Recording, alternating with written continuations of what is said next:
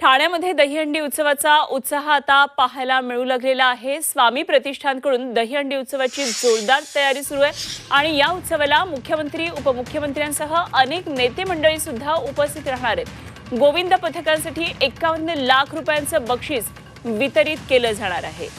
तर ठाण्यामध्ये दहीहंडीचा आता हा उत्साह पाहायला मिळतोय।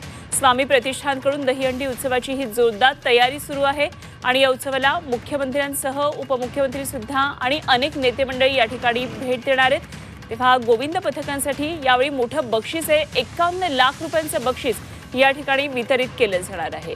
तर ठाण्यामधून याचा आढावा घेतलाय आमचे प्रतिनिधी विशाल वैद्य यांनी।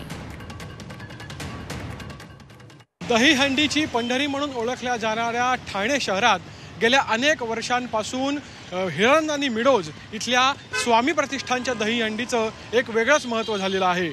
मी सध्या उभा आहे हिरानंदानी मिडोज इथल्या स्वामी प्रतिष्ठानच्या दहीहंडीच्या ठिकाणी। आपण या ठिकाणी बघू शकतो की या दहीहंडीची तयारी जी आहे ती अंतिम टप्प्यात आलेली आहे। तयारी पूर्ण झालेली आहे आणि लवकरच जे आहेत ते ठाणे आणि मुंबई इथली जी प्रमुख गोविंदा पथकं जी आहेत ती या ठिकाणी येतील आणि लवकरच या दहीहंडीला सुरुवात होईल। दहीहंडीचं आणखी एक वैशिष्ट्य म्हणजे सेलिब्रिटी हंडी म्हणून ही ओळखण्यात येते।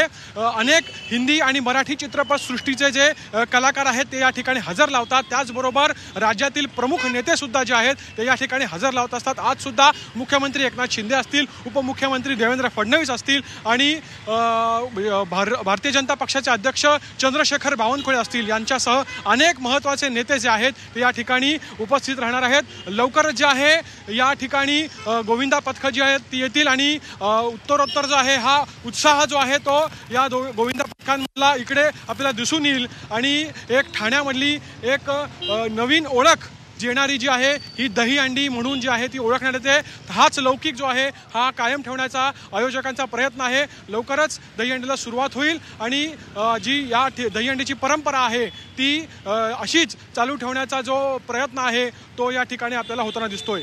व्हिडिओ जर्नलिस्ट सिद्धेशसह विशाल वैद्य, झी 24 तास, ठाणे।